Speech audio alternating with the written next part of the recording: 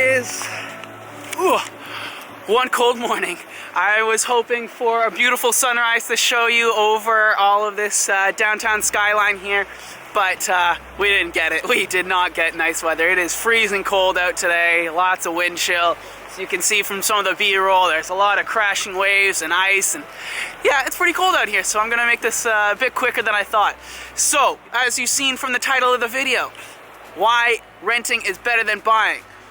I'm going to tell you why. And just to give you a bit of context, I myself own a condo. I'm a real estate agent that preaches why you should invest as much as possible in real estate. And I come from a family of realtors that all own property. But I'm here to tell you that it's actually better to be renting than it is to be buying. Let's find out why.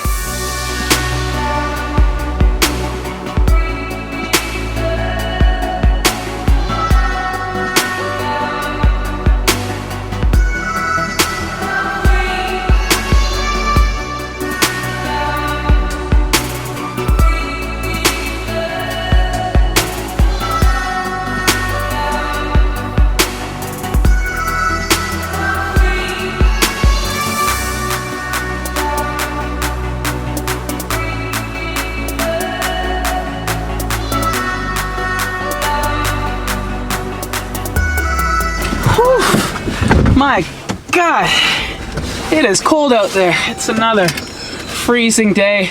The OneWheel battery just died. It won't turn on anymore because it's so cold. 3 of the RX 100 batteries have now died, and this Sony battery is about halfway dead, and I can't feel my fingers. So I think, unfortunately, like the last video, we're gonna head back inside because this weather just isn't very conducive for filming outside and getting the shots that I want. So let's head back over to the Distillery District, and we're going to talk about why renting is so much better than buying and all the upsides that come along with it. So let's go. So what is one of the biggest upsides of renting versus buying? And probably the biggest takeaway that I have is that you actually have a lot of freedom when you're renting. While it might not seem like it because, you know, you can kind of get kicked out at any moment, you have a lot of freedom to kind of go wherever you want, especially if you're new to a city.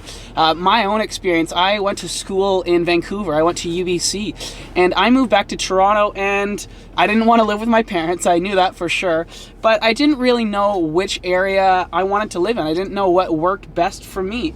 So I ended up moving back to Liberty Village first of all, and it was a good first place for me to come back to because I got to find out what kind of layouts I like. I got to find out what areas I do and don't like. I've got to find out what kind of people I want in my building, and I found this all out by having the ability to live in a place that I wouldn't necessarily want to buy, but I was okay renting there for a year and seeing how I liked it.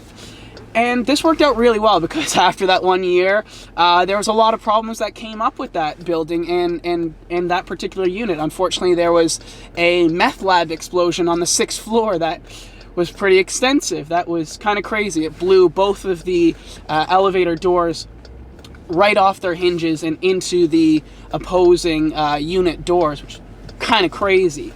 So why do I see renting as such a big upside, especially coming from a real estate agent? You can find out which areas work best for you. There's a lot of really great different neighborhoods all around Toronto, and I'm sure whatever your city you're from has the same kind of features where, you know, one street can make a whole difference between you've got one style neighborhood versus another. And you can't really know all of these things unless you actually go there, you live there, you visit there extensively. And I found in my own experience the best way to find out what area works best for you is to rent there. And it can work out pretty well because you can say, okay, I like bits and pieces of this, and I like bits and pieces of this, but I don't like this. Let's see if I can find the perfect neighborhood that can suit all of my lifestyle choices and all my needs. And that's super important to do because you don't want to be rushing into buying something if you don't know that you like the area and that you like the building and that you like the unit. And there's the value in renting because it gives you pieces of information that you can use for your purchase in real estate later on in your life. And another thing that you can do is you can actually save some money. So we're gonna talk about that a bit more when I get back home and I'm out of this traffic.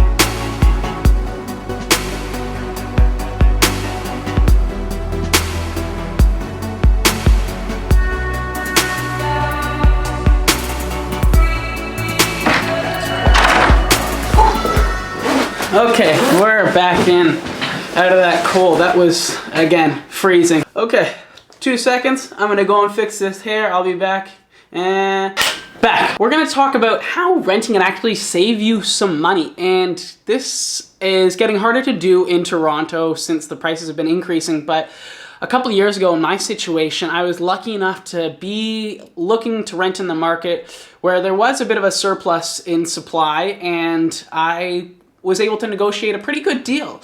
And the amount that you're paying for your rent could be substantially less than what your mortgage would be at that given time. So again, another big upside for why you would rent versus buy. The way I was able to find out, which area worked best for me when I did ultimately want to buy was because I had rented for the past 3 years. And that had given me a lot of data to work with and say, okay, I don't like this area. I don't like this kind of layout, and I don't like this kind of demographics in my building. What area and what building does work for me? So I narrowed my focus down to a couple of areas in Queens Quay and in Distillery District, where I actually ended up buying. And that's where we are now. And I absolutely love it. And I wouldn't trade being a homeowner for anything. There are some downsides to it, but again, I was able to make such a conscious, informed decision because I'd gone through that whole renting process. Spent money in those years paying someone else's mortgage, yes, but I had the freedom to kind of do whatever I want. I'd traveled quite extensively. I got to go out and party if I wanted to. I didn't have to worry about the finances of making a mortgage payment like I do now. But I was able to do all of this off of the basis of renting. And this is why I preach that renting is so good for you to do if you're just in a position where you don't know what you want yet. So I hope that video kind of gave you a little breakdown on why renting is better than buying. And our next video is gonna be why buying is better than renting. My favorite topic, because this is where I get to help you potentially buy something. But it's going to be a very exciting episode. Be sure to hit that like button and subscribe. We'll see you on the next one. See ya.